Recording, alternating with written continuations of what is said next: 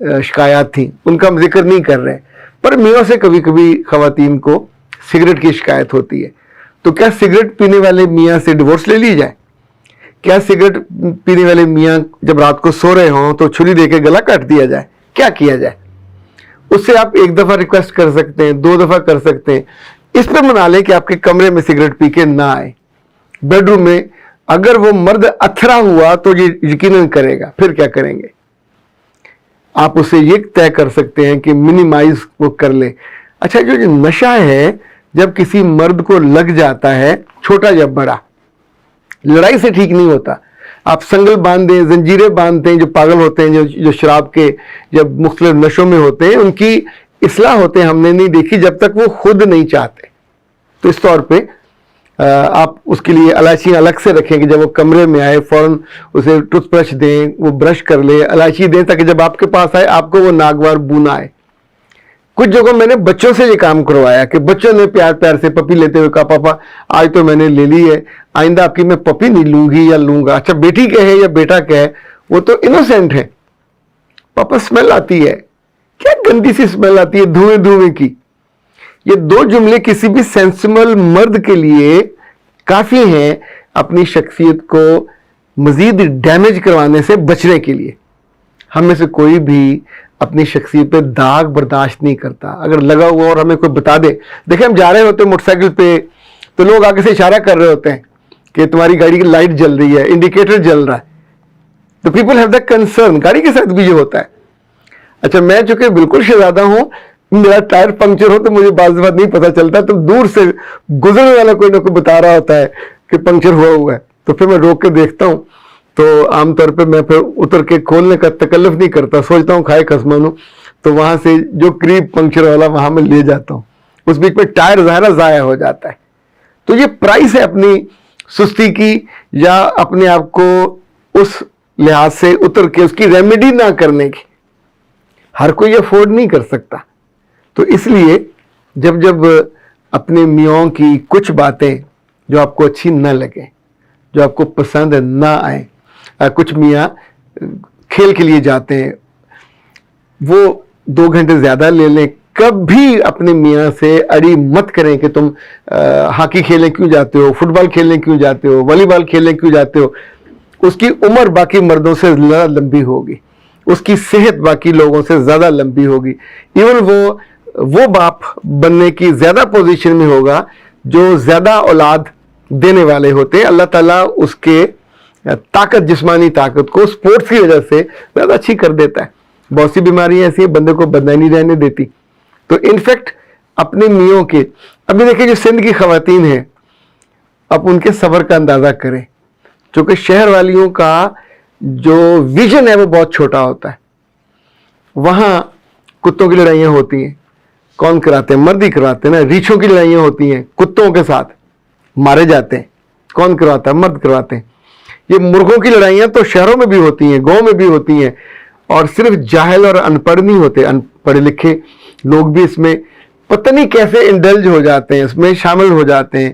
بعض لوگ جوا کرتے ہیں، پیسے کماتے ہیں، بعض کو ویسے جنون ہوتا ہے، وہ لمبی گردن والا مرغا اور مہنگے مہنگے مرغے، مطلب لاکھ لاکھ روپے کا مرغا بھی آتا ہے، اس کو مکھن کھلاتے ہیں، اس کے پاؤں پہ، اس کی چونچوں پہ وہ ہوتا ہے، اس کو بچا کے رکھتے ہیں، پھر جب وہ جا کے چونچ مارتا ہے اگلے کو اور اس کو گراتا ہے تو وہاں نعرے لگتے ہیں جیسے کسی مرد نے، کسی بھولو پہلوان نے اکھاڑا جیت لیا ہو۔ اچھا، یہ جو وقتی سا جوش ہوتا ہے ممکن ہے لڑکیوں کو ایب نارمل لگے، پر اگر آپ کے میاں میں ہے تو اس موقع پر سے لڑنے مت بیٹھ جائیے۔ بیوی کے رول میں اپنے میاں کی ہر غلط بات کی اصلاح کرنا یا اس پہ لیکچر دینا، اگر یہ آپ کرو گے تو اس کے دل سے اتر جاؤ گے۔ آپ ضد کرو گے تو ضد کرنے کی پوزیشن میں ہی آپ نہیں ہو۔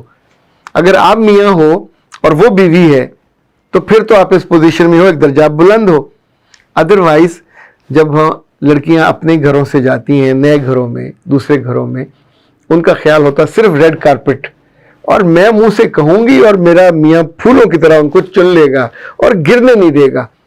اور وہاں جب آگے سے وہ 2 بے نقط سناتا ہے، شکل بھی نہیں ہوتی، کچھ ایسا ہوتا ہے، کہتا ہے ہمارے خاندان میں عورتوں کی نہیں سنی جاتی، سنانے کی کوشش مت کرنا۔ ممکن ہے جب ان کے بچے بڑے ہو جائیں. میں نے اس سے کہا ایک کام ہو سکتا ہے کہ جب تمہارے بچے, ڈھیر سارے بچے اپنے پیدا کرنا, جب بچوں میں تمہاری پارٹی ہوگی اور ان کے سامنے تم اپنے آپ کو ایک ایسی شاندار خاتون بنانا جو رول ماڈل ہو, وہ سنے صرف تمہاری, اور پھر کسی روز کہنا اپنے میاں کو جب وہ بوڑھا ہو جائے گا کہ میاں صاحب ہمارے خاندان میں مردوں اور عورتوں کی نہیں سنی جاتی, ماؤں کی سنی جاتی. تو یہ بچے اپنی ماں کی انگلی پکڑ کے چلتے ہیں, اور یہ بہت سی عورتیں یہ کر گزرتی ہیں دعوے کیے بنا, تانے دیے بنا, اور بعد میں مردوں کو آلموسٹ بے دخل والی کیفیت پہ لے جاتی ہیں. تو اے نادان لڑکیوں, اور تمہیں بہت اچھا ہونا چاہیے, سمجھدار ہونا چاہیے, پر ان باتوں پہ ایک کی تو ماں نے اس کو مشورہ دیا کہ تمہارا شوہر اگر سگریٹ پینا نہ چھوڑے تو اسے کہو میں کل سے اماں کے پاس جا رہی ہوں, چلے جائیے, لینے نہیں وہ آئے گا. پھر کیا کرو گے؟ پھر بیچ میں لوگ ڈالو گے, پھر وہیں جاؤ گے تو اب آپ ڈس گریس ہو کے جاؤ گے. ماؤں کی زندگی میں جو عقل ہے وہ لمیٹڈ ہوتی ہے, انہوں نے دنیا بہت تھوڑی دیکھی ہوتی ہے. سو ہر گھر میں جب نئے مسئلے آتے ہیں تو وہ ماؤں کے کرنے کے نہیں ہوتے, نہ ان کے ہینڈل ہوتے, نہ ان سے. ابھی دیکھیں نئی نئی بیماریاں آ جاتی ہیں, جو پرانا جی پی ہے وہ غریب کیسے اس کو کرے گا. پچھلے دور میں تو گورنمنٹ نے جی پیز کو, جنرل پریکٹیشنرز کو, یہ جو کرونا ہے اور ڈینگی ہے اس کا علاج کرنے سے بھی منع کر دیا تھا کہ تمہارے بس کی بات نہیں ہے. تو اسی لیے پھر آپ کو کسی سمجھدار کنسلٹنٹ کی ضرورت ہوتی ہے. آپ اس سے بات کرتے ہو, مشورہ کرتے ہو, اور رستہ نکلتا ہے. اگر کوئی کنسلٹنٹ نہیں ہے تو اوپر اللہ ہے, نیچے آپ ہو. اپنے دل کو وہ مدہوشی سے نکالیے, حماقت سے نکالیے, اور چیزوں کو ٹھیک سے انالیسس کرنا سیکھیے. اگر آپ کو چیزوں کا انالیسس کرنا آ گیا تو رستہ نکالنا بھی آ جائے گا. رستے کا مطلب وہ بیل نہیں ہوتا جس کی آنکھوں پہ کھوپے ہوتے ہیں, یا جس کو آگے سے بند ہو اسے جا کے ٹوڈی مارنی ہوتی ہے, ٹکر ہی مارنی ہوتی ہے. زندگی اور شادی شدہ زندگی ٹکروں کے ساتھ نہیں نبھتی, ٹوٹ جاتی ہے. اپنا سر ٹوٹے گا یا وہ سامنے والے کا رشتہ خراب ہوگا. اس لیے بہتر ہوتا ہے کچھ چیزوں پہ سمجھداری کے ساتھ.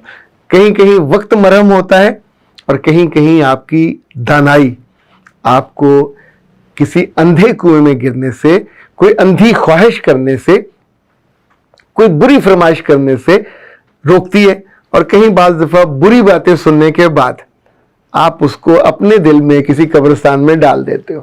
وہاں قبریں بنتی رہیں گی, کوئی مسئلہ نہیں ہے. ایک وقت آئے گا کہ پھر وہ قبریں وہاں جگہ ہی نہیں رہتی, اور آپ کی زندگی تب عادی ہو جاتی ہے. یعنی زندگی ایسی نہیں ہے کہ ناگوار باتیں نہیں ہوں گی, یہ ہوتی رہنی ہے.